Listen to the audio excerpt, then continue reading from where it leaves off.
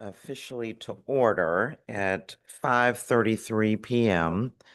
However, we are without a chair and our vice chair is also not here. We do have board elections coming a little bit further down the agenda, but before we can move forward, I need a nomination to have somebody serve temporarily to call and run the meeting. Did I say that correctly? You'd have a chairman pro tem. Yep. Someone who just serve until the election. Yep. Or to your vice chairman. Yep. Because that means I won't serve longer than that. Okay. You will chair. Yes, I will chair momentarily. I'll be on.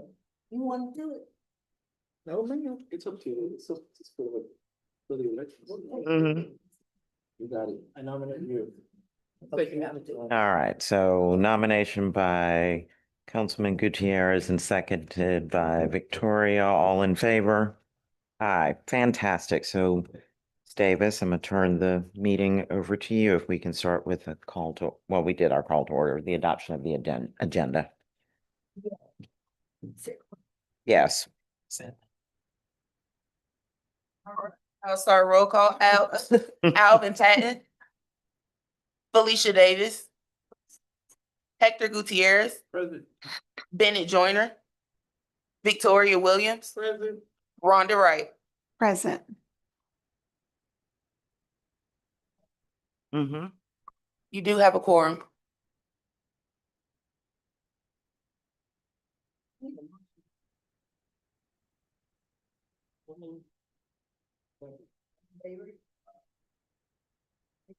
I didn't hear. What was that? Motion to call the meeting to order. This motion was made by Victoria and seconded by Hector. Okay, we also will need a motion to adopt the agenda. As is. I move that we adopt the agenda. Second. All in favor? Aye. Okay. And have we reviewed the minutes from the previous? Let me look at them. I don't even remember when that was.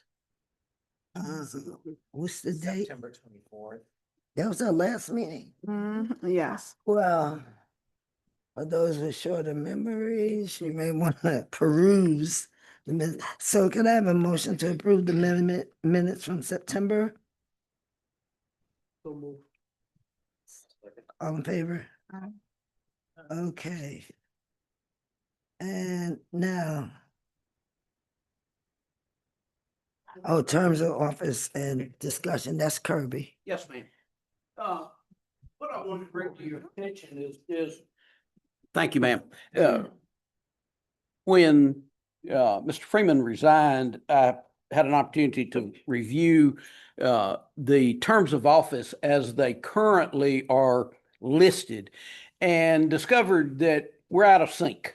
I'm pretty sure I know what has happened. What is supposed to happen is that when the authority was initially created and the 7 board members were appointed, there should have been 4 that served for a 2-year term, 3 that served for a 4-year term.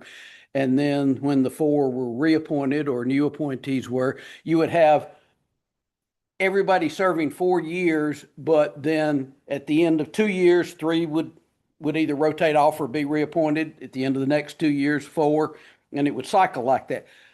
We've got people whose terms are recorded as ending all over the place. And what has most likely happened is that under the law, if a person whose term expires, if their replacement has not been appointed, then they serve until their replacement is appointed. So anyone whose term would have expired at the end of 2025, they continue to serve until they're either reappointed or a replacement is appointed. If a replacement is appointed, a new person is appointed, their appointment doesn't start with the date of their appointment. They serve the unexpired term of whoever they're replacing. Unfortunately, I think at times we've thought, oh, they served 2 years or 4 years from when they were appointed. And that's how we've got people whose terms of office are ending in the middle of the year, at the end of the year, some of you on 1 year, two of you the next year. We need to try to get that back into sync. And my suggestion to you would be this: with the permission of the board, what I would like to do is work with the city attorney, propose a resolution for the city attorney for a wholesale appointment or reappointment of the board members to terms of office that coincide with the statutory terms of office, just to get everybody back into sync, so that we then have, we're serving the appropriate terms, and we are maintaining that continuity of having 3 or 4 people on the board who always have at least 2 years of experience on the board. Does that make sense, my explanation? And all it will take is the mayor and council have to do that. You can't do that. But all it would take is a resolution of the mayor and council appointing the sitting board members or any new board members that they're appointing, but appointing them to those terms that would end in the appropriate cycles. And I will present that to you before we send it to the mayor and council to make sure we get that as close as we can to what the existing terms are. So if there's someone who has served a term of office and that term is ending this year, but next year would be when it should have ended, we'll try to keep it, close. We're not going to extend somebody's term far beyond. In other words, somebody's not going to be reappointed for 4 years unless it's time for their reappointment for 4 years. Yes.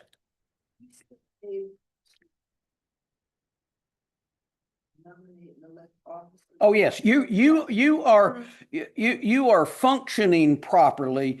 This is really more a housekeeping matter. Right. Because at some point, we need to be in compliance with how the statute says your terms are going to run. You are, even if you're not in sync, you are either serving an appointment that may run longer than your appointment was, or you may be holding over from a term that served longer, but your expiration date was set shorter. So you're still legally serving until such time as the council appoints someone to replace you, or until your term ends and you are reappointed. So it doesn't impact the legality of what you want to do, but it just is housekeeping. It needs to be put in order so that we keep it straight going forward. So the only thing I need is, if this board would like me to do that, I need a motion to authorize me to get with the city attorney, discuss with the city attorney an appropriate resolution on behalf of the city to do that. Then I'll bring that back to the board before we ask the city to take any formal action. Yeah, The motion to approve it. a second. I have okay, go ahead. No, Okay, oh, I go ahead. know that we discussed the appointments of all this board. I think even the mayor proactively is announcing it to the city to get candidates, not just for Yes. this board. This is with a lot of our boards and committees, so. Right. and cities. So anyone whose term would be expiring, please, if you wish to continue to serve, express your interest to the mayor and council so they know that you are willing and would like to continue to serve on the board. But one of the things we want to accomplish by this is terms of office for this board should either be expiring on the anniversary date of when the board was originally formulated. I got no earthly idea what that is, and I don't know that we would ever be able to go back and find that original resolution appointing those original board members back in the 1970s when that happened. Or at the end of the year, so that it coincides with the new council mayor and council coming in, so that they would then appoint new members whose terms expired. If they expired prior to the new the new elected officials taking office. So, and so my suggestion is we would probably have all terms expire at the end of the year, at December 31 of whatever year that term expires in. And then when the mayor and council starts their new year, they can look at who they want to reappoint, who they want to replace, whatever vacancies there may be on this board or any other board. I have another question related. Yes. But I don't remember what year it was, but at some point we had a meeting of the various boards, URA, DDA, VA. Yes, ma'am. Together. We did a joint retreat. Yeah. Yes, Mhm. and where we had an opportunity to go over some of this as well as some of the planning and the connections. I don't know if that's been done. So I will speak to that briefly. So we are in planning right now to do another joint retreat. We've done it in two different ways, or actually three different ways. I'm going to explain all of them.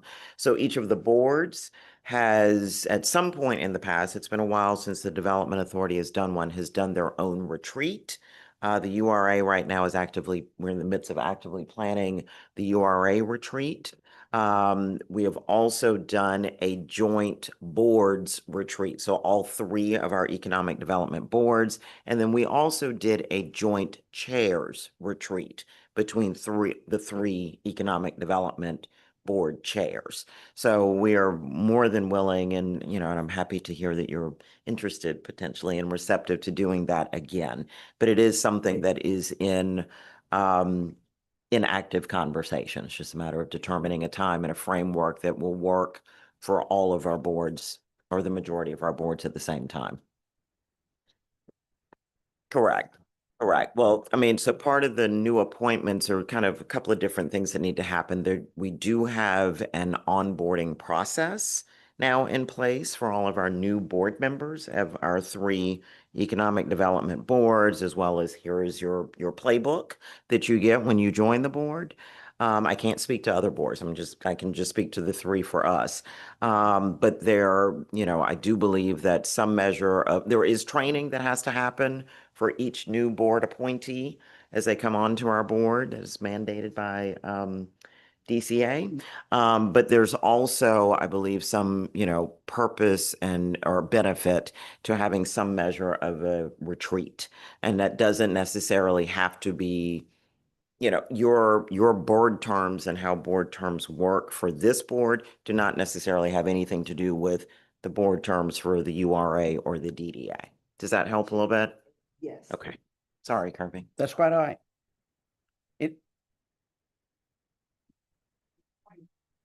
Who on this board is up for reappointment? That's what I wanted to kind If of, to kind of if help. Rhonda's clear got, un- because Yeah, I'm trying to, I have to confess to you, Yeah. I was doing a board training for Union City's Downtown Development Authority all day today.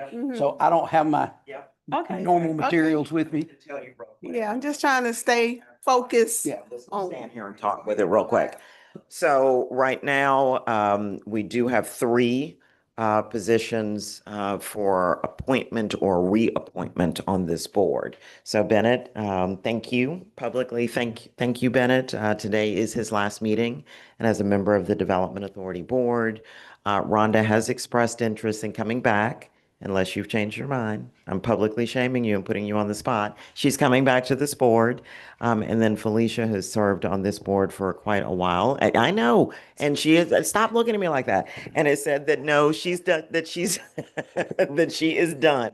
So we do have three board appointments to replace or well, actually, You have four. four. Because the So- chairman resigned. Exactly. So We have a Felicia vacant- Bennett and Billy to all be replaced. Mm-hmm. Yes. So we do have, yes. So three, and then Rhonda, who is wanting to be reappointed to the board. So one of the things that I'm working on right now, I actually had a long conversation with the city attorney this morning.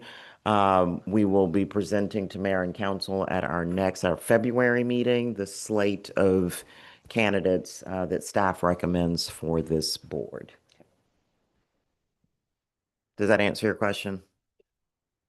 Mm-hmm. To city council. So council has to appoint, did I hear your question right? Yes, so we receive all of the applications that come to our office, you know, and they have to fill out, yes, sorry, they have to fill out a complete application. There are things that, you know, depending on where they live, if they own a business, et cetera, do they meet the minimum requirements? We are not at this time considering stipends.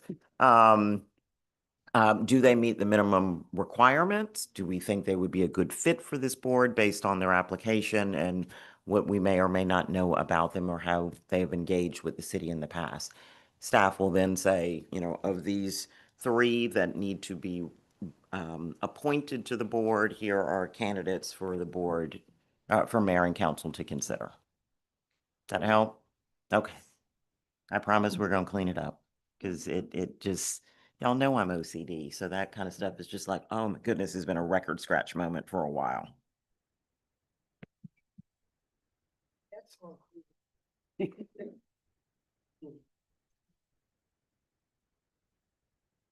So next up, item number 3, Development Authority Board Officer Election Discussion. And it seems to me we've lost our chair. Yes, ma'am. Yes, ma'am. And your bylaws call for election of officers at the first meeting of each year.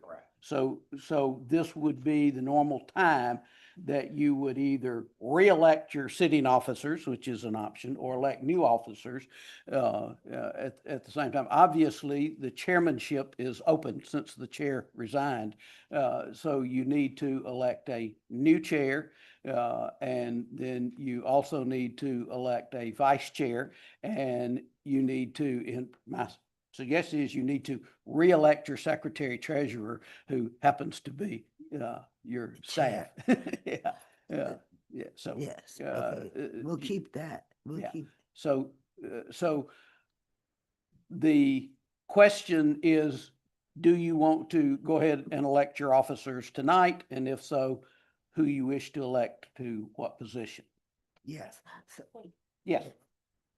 So the chair, like when he was the chair, he normally didn't vote, they normally have. No, the chair votes. They vote. So why he, okay, so that's what I wanted to make sure, because I always seemed like he just didn't vote, and I didn't know if that was something Yeah, that no, he was doing, or is that? No, the chair chair votes. does vote, Since okay. the chair is elected from your membership, they are a voting member of the body, and they vote just like anybody else does. Okay. They're not such as the mayor. The mayor is elected to that position, so she is the chief executive officer. So in that instance, she would normally vote on, unless their charter is different, normally only vote to break a tie.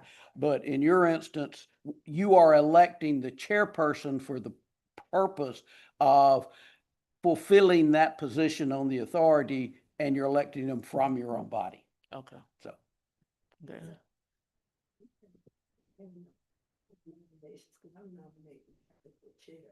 And I'll second it.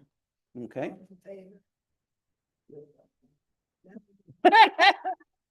Speech. You gotta see any more nominations on the floor, Ms. Felicia. You gotta see any more nominations on the floor. This recording, y'all. Yeah, all right. At this point, Hector has been nominated and seconded. The question is, are there any more nominations from the floor? If not, is there a motion to close the nominations? So move. Is there a second? Second. Okay, all those in favor of closing the nomination signify by saying aye or raising your hand. All right. There being no other nominations, then then Hector would be elected chair by acclamation unless someone objects to that. Is there any objection to the chairman being elected by acclamation, meaning everybody agrees? Hearing no objection, Mr. Chair, unless you resign immediately, you are now Thank the you. official Thank you. chair of the meeting. Thank you. I want to go ahead and thank God first. And I would like to just thank the past chairs and then the people who have served on this board that are, moving on to different things. It's a voluntary thing. Nobody gets paid, and we appreciate your input. Mr. Joyner, I just want to say thank you. And I know that As chair, I do want to come up with some type of appreciation, little, something just so you can hang on your wall that, you remember us when you look at your wall over there. No, but I do say for a long time, I was against elected officials being chair of anything, to be honest with you. I felt like this is for the people, this is for the citizen, these positions, supporting, but I am very motivated with our new leadership that we have in our city and with the new transition we have for a city manager. So I really want to set a strong foundation for the next chair. And that's going to be in this position. I don't plan to stay here probably for more than two years. Hopefully, I think I want somebody from the community to take over this position, just from my personal opinion. I want to bring back those, unified retreats that we had with the Urban Redevelopment Authority, the Downtown Development Authority, and the city. I think we need to realign. Even though we are our own body and we make decisions, I think that we need to align with everything because just the people deserve it. I really want to come back and bring something to our people in our downtown area because we have a lot of spaces. So I have a lot of ideas, but it's going to be extremely transparent with all of you. We can't do it, alone with the staff. It's going to require all of us to do this. So thank you for the nomination and your trust in this. It means a lot to me. Sorry, the politician. Start talking. Continue. That's right. Mr. Chair, if I could, you still need to consider re-electing your secretary treasurer for the next year. So it would be appropriate to entertain a motion to. Do we say one? Who is it? Who is it? Is it Miss Clay? Because if it's her, I need a speech from her.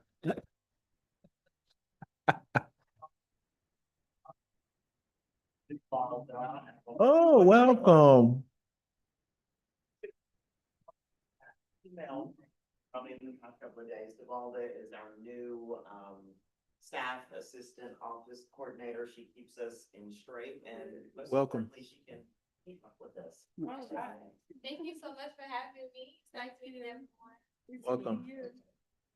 Keep saying 1 second. We keep Yep, Miss we keep Duvalda Duvalda. and the team. So, all right, second. Motion and a second. Felicia motioned, I second. And yeah, all in favor, aye. Yes. Secretary. And then the vice chair. And again, I'm just making a suggestion, since your vice chair is not here tonight, you may wish to defer that election to your next meeting. I don't know whether he wants to continue to serve as vice chair or not. Some of you may know. Yeah. No, I was just saying, I don't know, and I'd hate for somebody to not be able to continue to serve if that's what they wanted to Yeah. do. Do you want to wait then? Okay. So we need a motion to defer the election of the vice chair until the next meeting. Second. It called the All vote. in All favor? Sorry, All right, that's all we had, all we need on the election. Yep. Thank you. Thank you so much. Cat. Thank you. So, all right, so moving on to our next topic, old business, item number 4, project update, GUCA Mhm. at 794 Main Street, Yep. economic development. So quick update, GUCA, also known as the Georgia Utility Contractors Association. If you will be reminded, we sold the vacant lot, about an acre lot at 794 Main Street. I've got my notes over there. Hasn't even been a full year yet. No, it's not been a full year yet. We have staff between the Office of Economic Development and Planning and Community Development has been working very closely with the GUCA team on their plans and their plan submission. We have approved the deal. We're ready to move forward. There's no more action that needs to be taken by this body. What we're waiting on at this point is for them to walk their plans into planning and community development. So dirt will start turning and sticks will go up and we will see some development happening. As a reminder, GUCA, as the Georgia Utility Contractors Association. They have a training facility right next door to the empty lot that we sold them. They have contractors that come from all over the state that come here to Forest Park for their training. And so what they are looking to do is an expansion of their existing building and their training facility. The aesthetics in terms of what the building is going to look like will mirror very closely the building that is currently there right now. And to orient yourself, that building is the brick building that's right next door to the Renaissance Bank, right there on Main Street. And that is all the update that I have on GUCA. Are there any questions? No. All right, moving on to the next item, number 5, project update, Florence on Main, 760, 770 Main Street, economic development. Yep, so I'm going to talk very briefly and then I'm going to turn this over to my friend Edric Harris. So again, around about the same time, you sold your 2 empty lots that are right next to, do we need to? Contract. We contracted, sorry. It is still in escrow. 760, 770 Main Street. So 2 empty lots. It used to be there was the old movie theater was on that lot at one point and has long since been razed. They also are under contract for the old Kiwanis building right next door.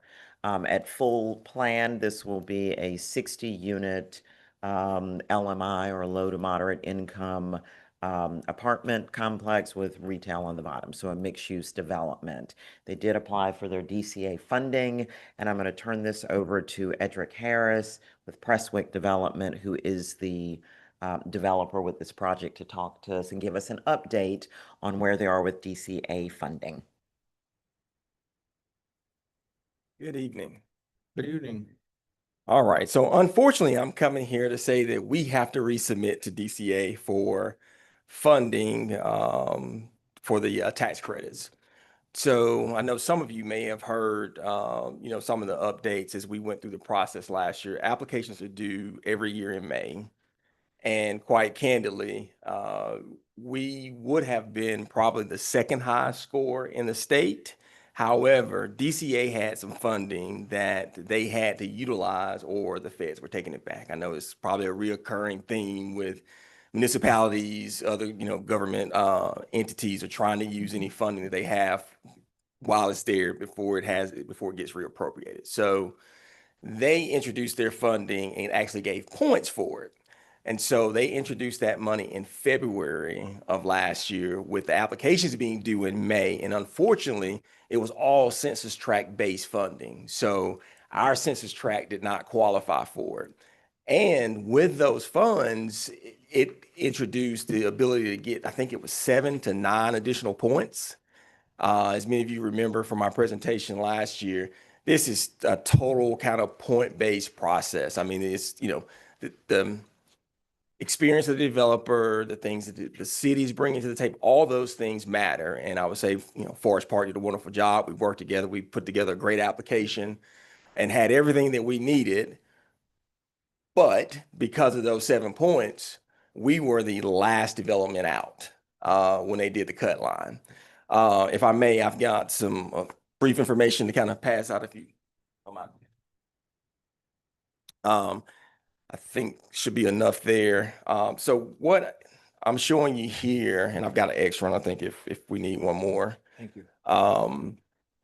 What I have is basically the self scores for how we determine our competitiveness as we enter into the, the process with DCA. So if you kind of go to the second page of your package, actually, I think it's the third page, I'm sorry. The third tab? The just the third page, actual third Oh, page, third page, okay.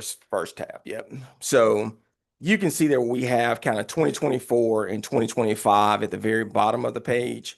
What we do is every year we analyze where the scores shake out. And so if you look at 2025, which is on the right-hand column, you can see kind of where the non-selects were based on last year's scores. And those scores were up from 2024 because of the introduction of the points from DCA. I think the 85, the second 85 at the bottom under the non-select, I think the 85.5 actually, I think ultimately was selected. But again, all of this was skewed by about 7 points based on the DCA introduction. Because every year the Qualified Action Plan, which have a copy here if anyone wants some late night reading, that gives us all the instructions of what we need to do. So right now, as we stand, for resubmitting this site, we're self-scoring around an 83, and it changes every year. So the scores are actually lower this year. So the equivalency of an 83 this year is probably like an 84, 85 last year, because there are some points that are not available. But I will say there are some other areas. Congratulations to the city that, you all receive your GIC approval. So hopefully we can apply for that. And if this development received the GIC award, this development would score 85, which, as you can see, even last year, it would be right there, kind of at the bottom of the cut. But again, the points last year are skewed. So it's kind of hard to kind of follow those and use those as an analysis. But what I would use, and the reason we put the 24 there, is the scores now are more similar to 2024. So as you can see, 85 based on last year, and well, based on 2024, is definitely above the cut line and eligible for points. And we think it would be very competitive. And again, were it not for the introduction of the DCA money, I would be standing here today with an update saying, hey, we're in for permitting, we're getting close to closing, et cetera, et cetera. If you go to the second tab, that's just more information for you, just to kind of show you what we were proposing. It shows the site plan, some of the basic site information, as well as the elevations and renderings. And then the third tab, just to show you, this was the last year's letter. And of course, we'll get this updated. Truist, as if you recall, is our #1 lending partner, and they would be bringing equity, the tax credit equity, as well as all of our debt financing as well. So pretty much they're a one-stop shop for us for funding and financing. And of course, they're on board. And of course, we're all kind of sad that, based on how the scores shook out last year. But we're all hoping that, based on this information and basically updating everything. And I would say that this, of course, the seller that we're working with next door to the city-owned property, everyone's ready, they're ready to move forward and re-up their contract pending a favorable, I guess, vote from this body to update the contract to allow us to resubmit in May.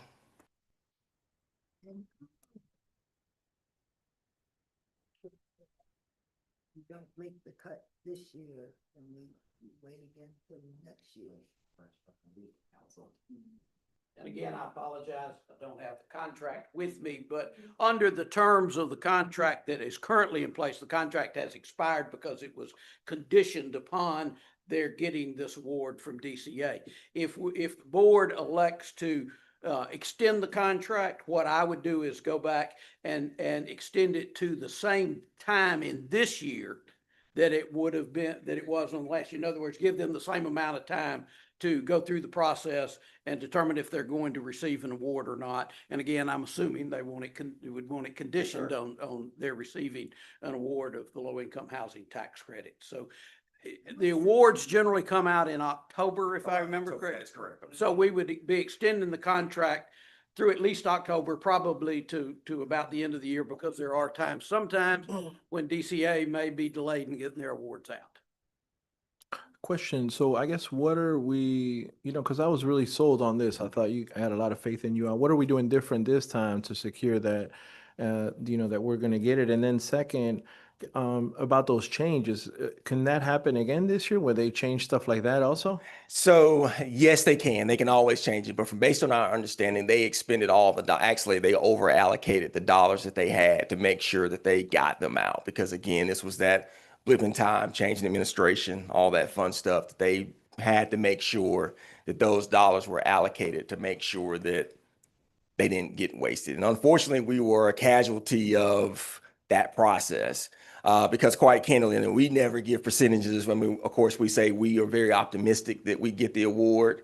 Had you asked me, and I had to give you a number, I would have said it was greater than 95% last year, because based on the guidelines that they published, we go through our analysis, we kind of know where the cut lines are, But as I stated, you get to February and they're like, hey, here's like a change. And I've been doing this since 2000, so 25 years. I've never seen that done before, but I understood the situation. Had several conversations with the administration at DCA.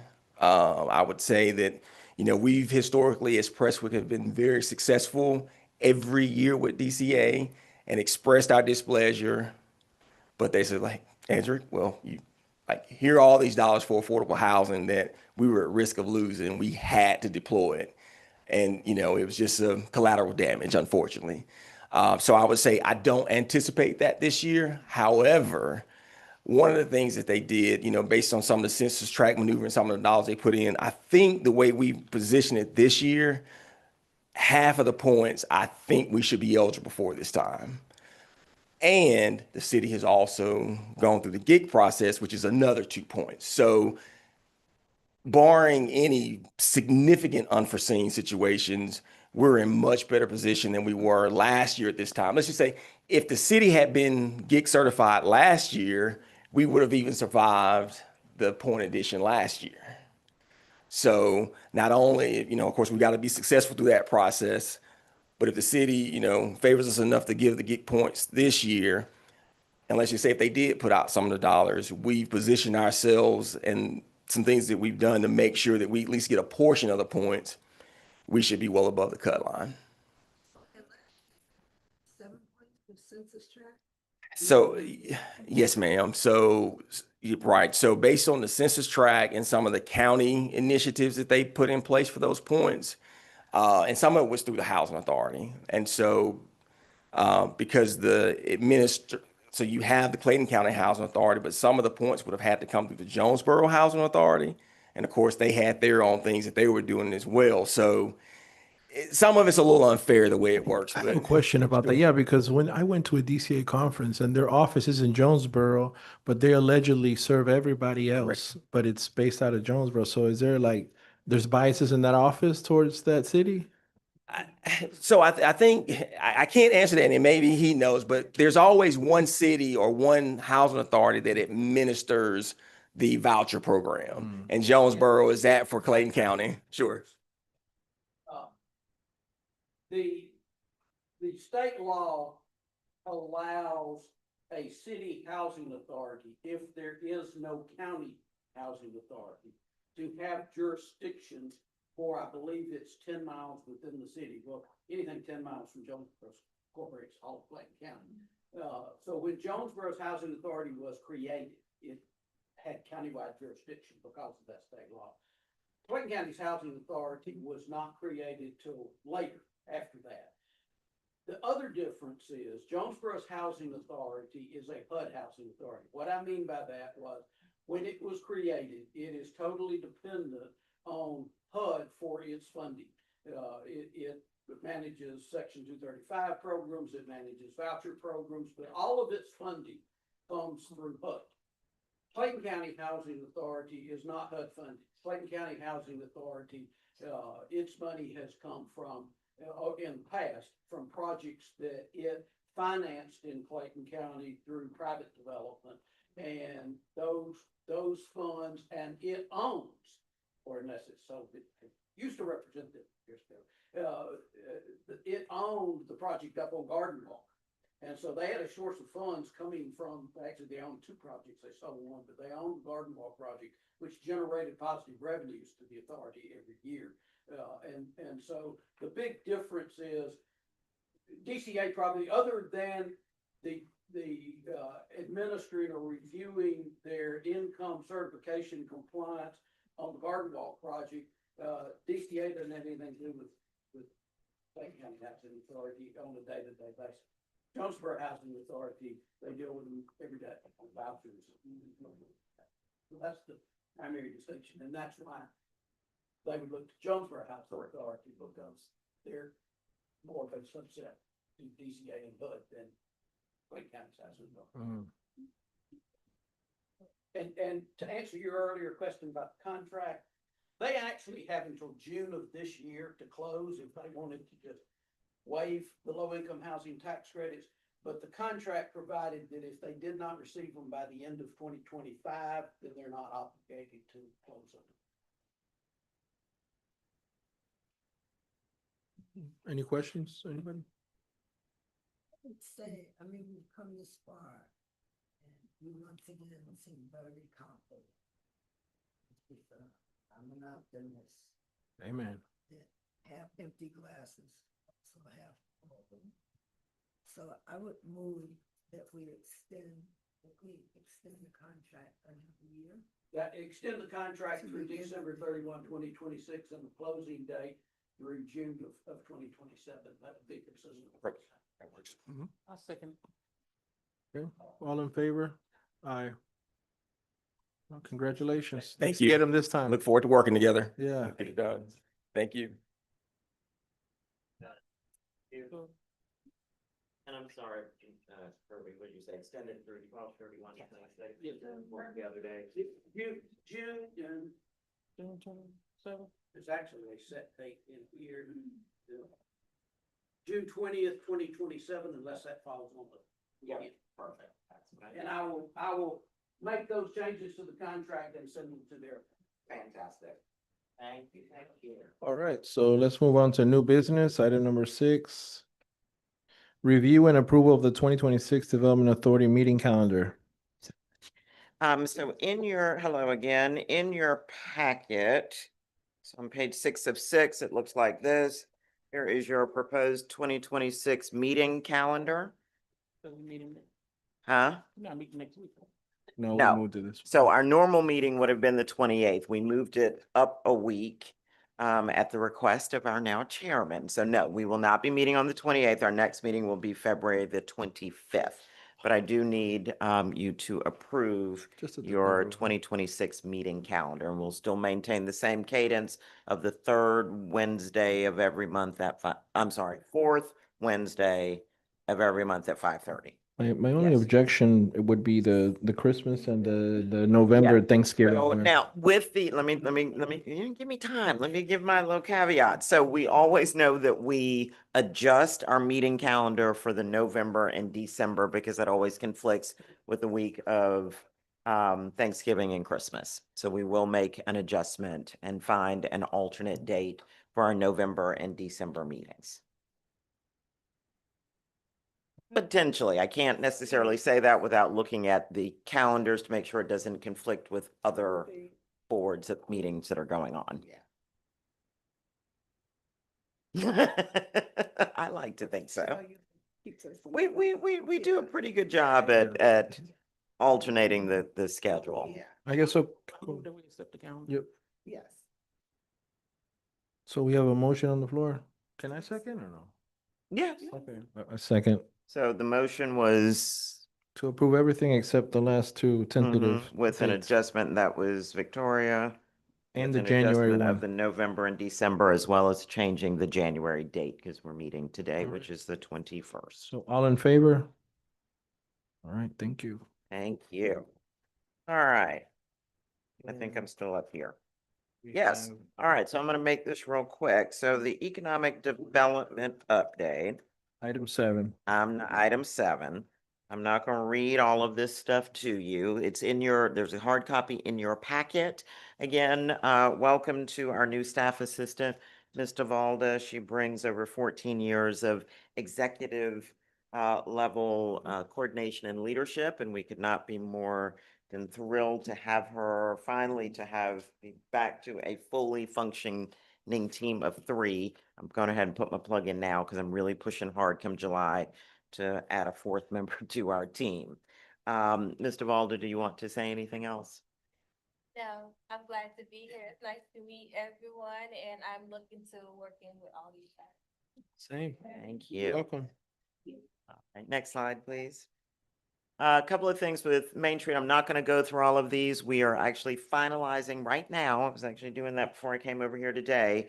Our 2026 calendar for all of our Main Street events. Couple of things that I want to point out. We will be doing the wine crawl again, which will again include Vino Bingo that was such a hit last year, as well as the wine bouquet, the wine pool that we did. So in April, We also will be bringing back for the third year our Blues on Main event and the wildly popular Scarecrow Showdown contest. Who knew that people making scarecrows was going to be so competitive, as well as our Podtoberfest, et cetera, et cetera. So keep going. Oh, a quick update on the light pole banners. I promise I'm not gonna make a liar out of me. They are in production. I have been told they have gotten their first payment. They are in production. Hopefully very soon they will be delivering our new seasonal banners that will replace the ones that are out there now that are terribly faded. I got to go and be extra nice to Public Works because they got to take them all down and put all the new ones up for me. Keep going. And hopefully you have also seen the available development signs on some of our Main Street acreage. Additional signs will be going up probably in the next month or so on some of the other properties that are owned across our authorities, more in the interior. Keep going. Oh, sorry. So the longest table is an event that's actually out of New York, and it's exactly what it sounds like. We partnered with them last year in conjunction with Food Truck Friday, Councilman Gutierrez's event. We ran a really, really long table down the center of Main Street in front of and Bill Lee and 696. And it really is an opportunity to bring your community together, allow people to eat together, sit together, talk together, just communicate and fellowship. And it was actually the perfect opportunity doing it during Food Truck Friday. This year, we're looking at doing a slight pivot because we are looking at doing a Taste of Forest Park event this year. And as part of our Taste of Forest Park, we will also do the longest table. So communal style eating and run a really long table down the middle of Main Street. Again, I got to go be extra nice to people to shut off roads for an extended period of time, but that's what the event is. And I'm going to publicly thank Miss Victoria Williams for calling us with the idea for a Taste of Forest Park. So thank you. Yes. Yep. Make the grid. Yes, that is the goal. That is the goal. That omelet is pretty Yep. competitive. Yep, all of that. That was a quarter pounders Mhm. and Whoppers. Yep. All right, keep going. Couple of things. So we're always, pushing the needle and how do we streamline our communications and opportunities for our business community to engage and find the resources that they need to be successful in their respective businesses. So we are moving forward probably next month with the very first, I shouldn't say first because we did it several years ago, with a new economic development newsletter. So look for more information about that coming. We've also dug in deep over this past year and just fine tuning and putting together more resource packets for our community. So how to start a business in Forest Park. Again, the available properties for development. I'm going to talk a little bit more about that in a minute. Our Forest Park Business Association. How do I get a business visit? How do I get a ribbon cutting? How do I do a grand opening, et cetera, et cetera? So helping the community understand we are more though, we do a lot with property acquisition and development and workforce and all the other things and Main Street events and blah, blah, blah, blah, blah. But again, that we really and truly are a one-stop resource for our business community and more. So you will see more of this graphic coming. And if you scan the QR code, it will take you to a link where you can sign up and check. I want information on this, this, this, and this. And I promise we don't believe in the elf on the shelf approach. We actually read and respond to everything that comes into our office. Next slide. I got a question. Yes, ma'am. Do we have the QR codes on all the signs by the buildings now? The QR code. Oh, Where? The signs you have right now saying that this property is available? No. That code- However, because I put out, because I'm always a couple of steps ahead of y'all, so I'm on it. So we've already put out all the signs that we have. So the next order of signs, we're going to do a little bit bigger. And we're also going to put a QR code. So in addition to our phone number, because I think the sign right now has our phone number and an email address, we will also have a QR code so people can scan, which will take them to a more detailed listing of here are all the properties that we have. So yes. All right, couple of economic development updates. I'm not going to read all this stuff to you. Our very first Forest Park Business Association breakfast for the year will be on January 29th. That's my son's birthday. See, I knew I liked you for a reason. But we always do the first one of the year as a city services resource fair, really an opportunity for our business community to meet all of our departments, you know, whether it's fire, PD, code compliance, et cetera, business licensing, procurement, all of the things that they need, you know, not just in our department, but citywide to help run their business and expand their business here in Forest Park. And we are extra excited that our featured keynote speaker for our first Business Association Breakfast of the Year is none other than our new mayor, Dr. Mara Ellison. Congratulations. Yeah. Yeah. It should be on your calendar, Mayor, you accepted my invitation. but it's an opportunity because again, we're getting the calls. People, our business community very much wants to meet and engage with our mayor. So we are excited to present that. Couple of other things about workforce development. You know, we have our Elevate program, which is our workforce initiative here in the city. We are looking at how we expand and dig deeper with workforce engagement.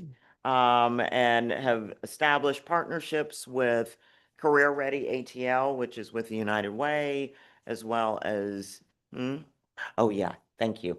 The Aero ATL Workforce Collective, and as well as our new partnership with Georgia Power and all of this stuff and the wizardry and the reports that they can pull for me for free with their Workforce Collective as well. And I forgot something, and I'm so excited to share. So FIFA. So we know it's coming. I don't really know a whole bunch about soccer. Doesn't really matter. I enjoy going to the games. It's a lot of fun, and you know, I know when to stand up and yell and all that good stuff. However, so we have been quietly working over the past couple of months now, between our office, Aerotropolis Atlanta, Discover ATL, Georgia World Congress Center. There are a couple of other big players that I'm missing within this of doing a concentrated effort around FIFA. And what I said when I learned that FIFA was coming to Atlanta, I wanted to make sure that Clayton County, and more specifically Forest Park, was at the table because we kind of fumbled it, not we, us, Clayton County over there, kind of fumbled the Super Bowl, and I felt left lots of opportunity on the table. I want to make sure that we don't make that mistake here. We are the closest municipality to the airport. There will be some spillage and leakage from Atlanta and from the airport, but also wanting to make sure that we are doing everything that we can around placemaking, to celebrate, you know, a watch party, et cetera, et cetera. And right now we had our very first internal meeting last Friday with all of our departments about what that looks like. Right now, we haven't set our date, but we're looking at Father's Day. We wanted to get through the first 2 rounds. I think that's a 3rd round match. Thought a Sunday afternoon for that event is probably the most ideal time for our community to do it. Mr. Valda had a genius idea and pulled all of the countries that are playing here in Atlanta and has pulled all of the restaurants that we have in Forest Park that serve various ethnic cuisines. So I am super excited. So we're kind of working through a lot of the logistics and the details, but just know that more is coming. And Councilman Gutierrez, we are looking at doing branded Forest Park soccer jerseys. Oh, love it. I know. So, and we have a whole video that it's gonna be interactive, and y'all are gonna be a part of it. Your script will be coming. We'll probably do it at the park. Yes, ma'am. That is above my authority and pay grade, but we are gonna be excited and Half we're gonna cup be full, ready. Remember, a cup full. Yeah. Forest Park has a sister city relationship with Senegal, and Senegal did. They're in the World Cup. Yep, They Yep. did. they did. Yes. They almost got robbed, but they won it. They pulled it out. All They were cheating them out of it. Yeah. right. Next slide, please. I have a Couple of- question Yes, before you sir. move forward.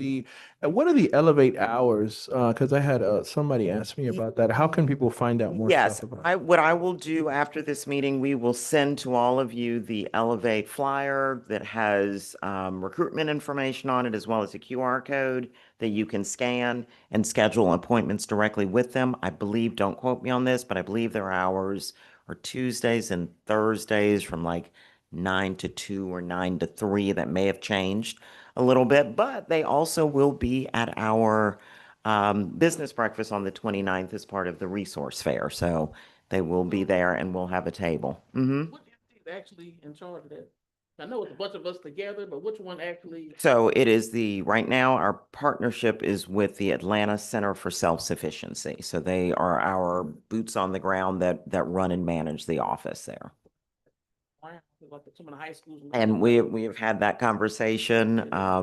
Yeah, it's coming. It's coming. Couple other things. We are working through our annual DCA reports and annual registration. Just so you know, it's coming. As well as our opportunity zone. This is the time of the year that all of the reports are due. But working through that right now. As well as the Main Street calendar, we also have our economic development calendar. This is where you would find our business association breakfasts, our annual job fair. We are also looking to, as well as ribbon cuttings and grand openings, et cetera, et cetera. We're also looking this year at doing 2 different town hall and kind of, round robin town hall forums. One of the things with economic development, and I say this with probably way too much. But 2 things. One, economic development is not a sprint, it is a barefoot marathon. And so trying to make people understand the process of economic development and also understanding that economic development is not like there is an element, there's a lot of real estate to this. However, it is very different in function from buying and selling a house and you being a realtor and buying and selling a house. And so one of the things that we want to do is not to, overburden our people with all of the buzzwords and things, economic development, but to help kind of rising ships so that our community understands a little bit better the process behind economic development, understanding why some of this stuff takes so long, and the process from, signing the contract to dirt turning and sticks going up. And sometimes, as you can see, takes quite a while. So, but understanding as with that, kind of give you the full laundry list of all of the 57 something projects that we have that are in various stages of active development. So understanding it's kind of like a duck on water, looks very calm on top, but underneath they're doing this. That's kind of what economic development is. So I know you're recruiting another person that you guys are. So is it, everybody's kind of like in a group, like, have you kind of like branched, kind of like who's working in which kind of, category? Like, since we have the new young lady, she's gonna be mainly working with. Yeah, well, Bill. So I am still your point of contact for any and everything should still come directly through me and then me funnel to our staff appropriately. Ms. DeValda is your administrative contact for in terms of managing our meeting calendar, getting the agendas out, et cetera, et cetera. And then Ms. Clay, in her role, it really and truly is the project manager for our office.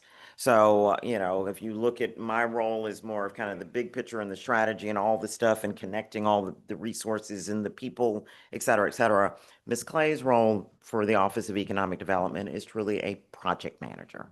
So kind of taking some of these bigger initiatives. Part of that is Main Street events, but it's also some of our economic development events and business recruitment and engagement. So kind of, being that face-to-face person out in the community. Does that help a little bit? I know certain things I don't have to text, which She you don't literally mind. was just everything that y'all used to talk to me about, Right. talk to her. Exactly. Yeah. She just literally replaced me. That's it. Some of the Yeah. regular stuff. Yeah. Like when you used to ask me about trainings and all of that. Busy, so I understand certain things that I, instead of, You still pick up the phone. We still pick up the phone. Yeah. Sure. And then we can kind of know, Mhm. because I know you guys have your meetings in morning huddles, but certain questions, I don't need to, which you don't mind, text or email, when I know I can just go straight to the person. And and that's completely fine. I mean, our team, we work very closely together. And yes, we start every morning with a meeting huddle of what's on fire and how did the priorities change overnight or as I drove into the office this morning. And so the great thing is that level of transparency. So even if there's something that you call me with and Devalda needs to be that's where it's gonna go, or vice versa. So yes. Keep going. Couple of quick updates on some of the bigger projects that are going on. MARTA, the O&M facility on Old Dixie. I believe they have now submitted, I need to update this, but I believe that they actually have now walked in their building permits and plans to PCD. That project is still moving forward. We were hoping that in January that they were going to release the RFP for the construction jobs. And our community have an opportunity to come in as a sub on some of those jobs. That has not happened as of yet. I think they've pushed that out at least by a month or so. But as soon as I get an update on the date that will be released, please know with absolute certainty, we will make sure that we are at the front of the list. And so that our Forest Park business owners and residents have an opportunity to compete. Cherry Street, if you have not driven by, those are the 6 single-family homes on Cherry Street. Construction is going on beautifully. They look absolutely amazing, and I believe that they should be done in the February, March. Are those the ones timeframe. behind Billy's house? Mm-hmm. Do we have any updates on the triangle, Mr. Bernard's properties? I do not. And actually, I had a conversation with PCD about this recently. I do know as we drove past yesterday, construction has started again. So they are actively building and working again. They've actually got windows in, they've got some siding going on. So it's, I'm excited because we all know it sat for quite some time. But other than that, I have not gotten an update from planning on where exactly they are. But it is, there's a flurry of activity right now. And then that is really it for now. Okay, so stop here for a second. So business retention and expansion. I promise I keep saying every slide I'm gonna stop talking. So the Aerotropolis catalytic site, and I'm not gonna go too deep into this because there's a lot of moving pieces and parts with this, so I can't talk freely publicly about this right now. But the Aerotropolis had identified as part of their Project Blueprint 2.0 a catalytic site in Forest Park. That site is Forest Station.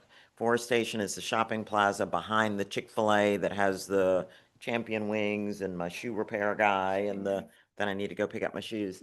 It's one of the oldest businesses here. We got to highlight him. He is the only person. Yeah, He's the only I actually person haven't I trust picked to up- do my shoes. He is I one. dropped some shoes off there. I haven't Yep. picked them up. Only cash. If you don't take And cash, only you know, cash, not- only nothing. cash, which is why I keep I forgetting. to dropped go them off over there. last year. I just Yeah. haven't had cash. Yes, Yeah. he's great. So, we had a meeting about this about a year ago. It kind of waffled, negotiations kind of stalled. But now I'm excited to say that negotiations have picked back up. So actively having conversations about what this could look like. As I am able to share more and say more, I will keep you posted on the catalytic site. 80 acres is the other one I wanted to point out to you. I actually was over at Gillum yesterday, and they have their sign is now up on the building. So this is the old Calera building that has been empty for about 2 years now. Calera was the hydroponic vertical farming company out there that did lettuce and some other stuff that went bankrupt. 80 acres, which was a project that was going to Conyers, I believe that it was. We've worked with the state on this project. They have landed in Forest Park. Their sign is now up on the building. We are hoping that we'll have a ribbon cutting hopefully very soon, and some more updates in terms of the number of jobs and price points, et cetera, et cetera. What is 8 acres? Like, It's the same thing. It's almost the same thing. So the 80 acres is a hydroponic vertical farming company and they Oh. do lettuce, but then they also do salad dressings and some other stuff. How soon are they gonna start, do you know? That I don't know. I've been going back and forth with one of their VPs as well as their public affairs person. They don't have a date as of yet. I'd love to meet them. We have a hydroponics garden at our Oh. middle school, yeah. Let's see, even better, even better. And then again, a flurry of ribbon cuttings that you will see happening very soon. I believe we've got one on the 20th. I have scheduled one for February 20th. Everyone should have it on their calendar. I'm sure I invited you all. It will be at Shoe Trend. It is a very big shoe store that we have here in Forest Park. It's in the plaza that America's Food Baskets is in. Mhm. It's kind The of old Piggly Wiggly. America's Food Basket is on one side, and then there's a furniture store on the other end of the plaza. It's by the water tanks. It's in that plaza that's near the water tanks. And I hope everyone can join us. Yep. Oh, she's- Shoe trend. Yeah. The They old will be one. giving out discounts and free pairs of shoes that day. Wow. February 20th. And we will send a So, 1:30. 1:30. You should have a calendar invite. We will also send, as we get a little bit closer to the date, the official invite as well. And I'm gonna We don't stop know yet. talking there because I want to bring two things to your attention that's in your packet. One in your packet, the last two things in your packet are all of our current development opportunities that talk about each of the properties that we have. As you know, over the past 2 years, we've played a lot of Monopoly and a lot of chess, acquiring properties and have done our own assemblages.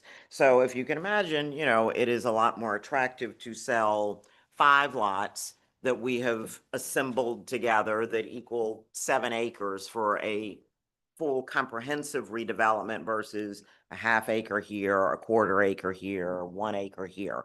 So I share this with you just so you have this information. We're working with PIO to update what is current, a link, so this can also be on our website. And we use this kind of as a guide for all of our properties that are listed on LoopNet. And then in front of that is a guidelines and processes for new development. We've worked on this really over the past year, and this is not meant to be the end all be all, but it really is meant to be a guide for developers as they are looking to engage with us. I always, and the short version is this, I always start with a conversation, and that conversation does not initially involve price. We always get the very first question, how much is that? Tell me what you want to do first. Because for the city and our authorities, we lead from the perspective of what is the future land use, what is our end goal, what is the type of development that we want to see.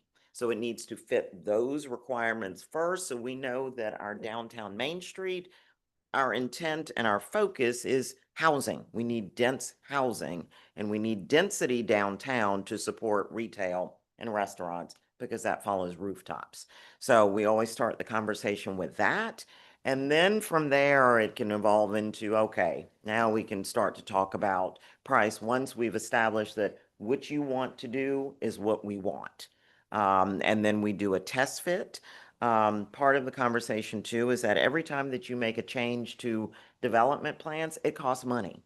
All right. And there are huge implications to that. So before we sign off on contracts and get to closing, we have done the significant portion of the work has already been worked out. So we've agreed on what you're going to build, how you're going to do it, what the timeline is in which you're going to deliver this to us, what your price point is, et cetera, et cetera, et cetera. And then I've also done a test fit. How many parking spaces do you need? Are the roads wide enough for a fire engine to turn around? Because we want to make sure that we do all of that on the front end. So then by the time we get to closing, we've already worked it out. So literally the day after you close, you can walk in with your plans and start building. So basically that's what that document all says. Yes, ma'am.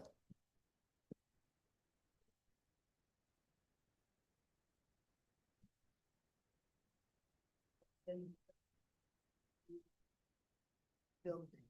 And with the sense that mayor and council may need to take Mm-hmm. some action, Mhm. it has to align also with the county. Correct. So I know we've had some at least side conversation about that. Mm-hmm.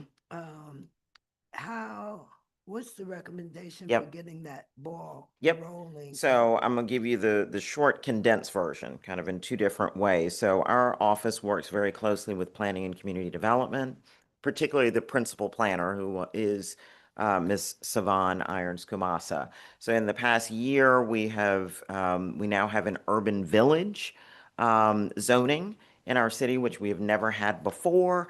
It allows for a different types of density, particularly cottage courts, et cetera, up along Forest Parkway. So there's a whole site there that has been designated urban village. We have had early conversations and now deepening conversations about ADUs. And an ADU is an accessory dwelling unit and what that looks like and how do we allow for that in Forest Park. Right now, our zoning does not support that. So it would be a series of conversations that need to happen with planning and community development. They would be the ones that would take the lead on that. To do a text amendment, would need to determine the spec and scope of exactly how our zoning could allow for that. And then ultimately it would need to go to mayor and council for them to approve. I will say that our planner has been very responsive and very proactive in her approach to these things. And generally everything that I pop over across the hall and be like, can we do? Yes, we can do that. And here's how we do it. She also, as an aside, we have a property, actually it's a property that the Development Authority owns up on Jonesboro Road, that we had been approached by someone that was interested in doing an EV park or an EV charging station. To which, I was like, yes, an EV station, but I don't really want an EV station. We want an EV park. And so to make sure that we are being, a little bit more comprehensive in what we're allowing, they did a text amendment to put some parameters and some design guidelines around what an EV charging station looks like. A requirement for landscaping, a requirement for signage, a requirement for lighting, et cetera, et cetera. So it's not just a parking lot with some chargers. Yeah. And the trash, yeah, trust, there are lots of trash, exactly. Yep. So does that answer your question, Ms. Felicia? Oh, well, yes. And would we pose the question to planning and community development or? No, that's a conversation, like I said, that has already started and is ongoing and definitely, this gives me the nudge to pick it back up with them. Mm-hmm. Before we spend up all our mortgage money.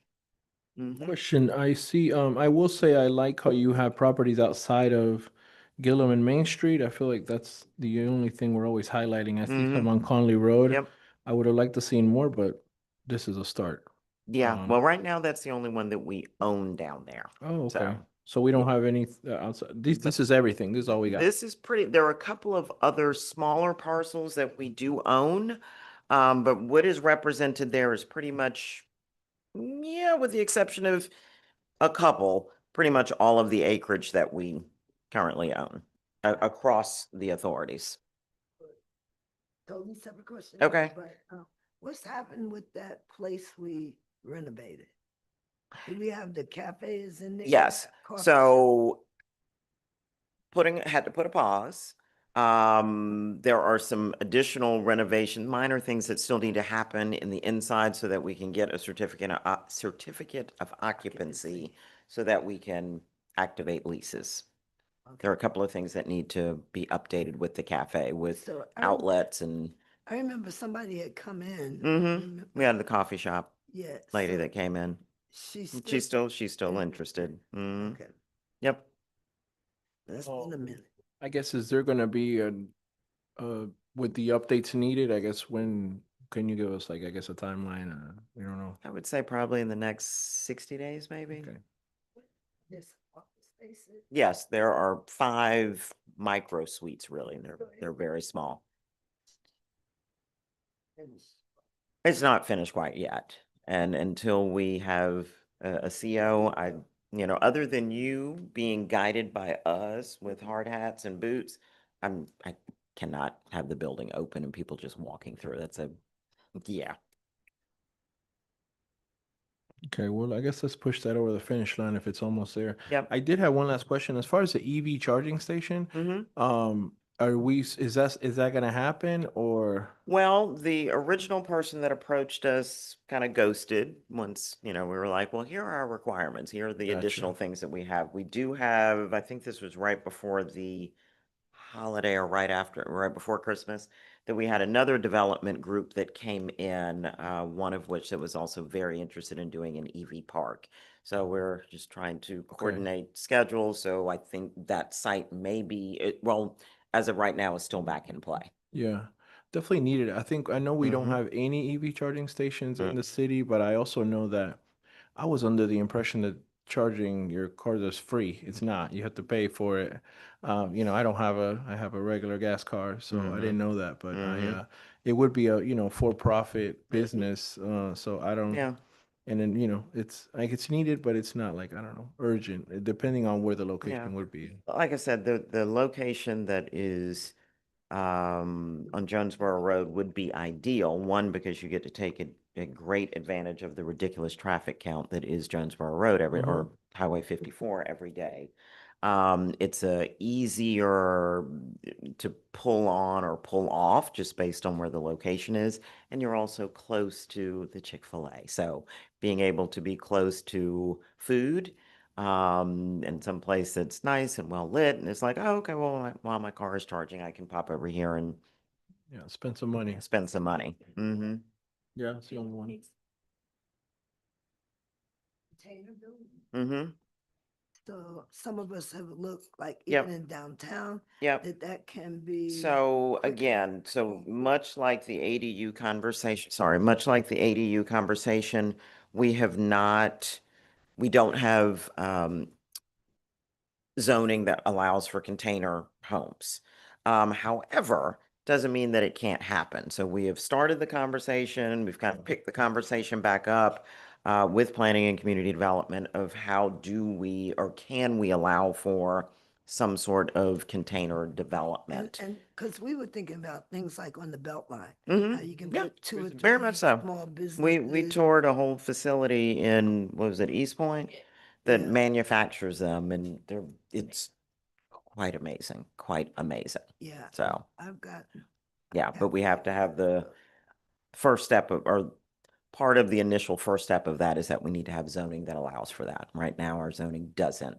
But much like the ADUs, that is a conversation that I do know that planning has been working on. Any sense on a timeline? If it's. I don't, but I can definitely have an update for you by next meeting. That'd be great. Yeah.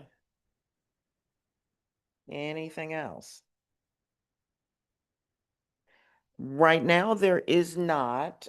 We will as I mentioned earlier, you will have for our new board members coming on, we'll have to go through their required authority training. But again, as we find training opportunities or as they come across our desk, if we think it makes sense or is a good fit for this board, we most definitely will bring it to you. And I ask that you do the same in reverse. So, but we will look at a retreat date, either as a solo retreat just for this board. It could be a 1 day or half a day or whatever for this board. And then we'll also additionally look at a joint retreat across the 3 authorities. So in terms of retreat and like there's the things we go over about being a board, Mhm. but it would also be great to have some presentations, like comparable cities, Yeah. comparable development, Mhm. comparable, so that we are not constantly just looking at whatever ideas and drawings somebody comes. Yeah, to us absolutely. with. So the last one, and I don't know if you were at the last one that we did wasn't. that. So absolutely. Missed it, but That's okay. I can bring you up to speed. Bring you up to speed. Are there any other questions for me? Nope, I think we're good. Thank you, Ms. Dennis. Very welcome. Do we have an executive session? No. All right, so anything else? If not, we'll call this meeting adjourned. Second? All in favor? Aye.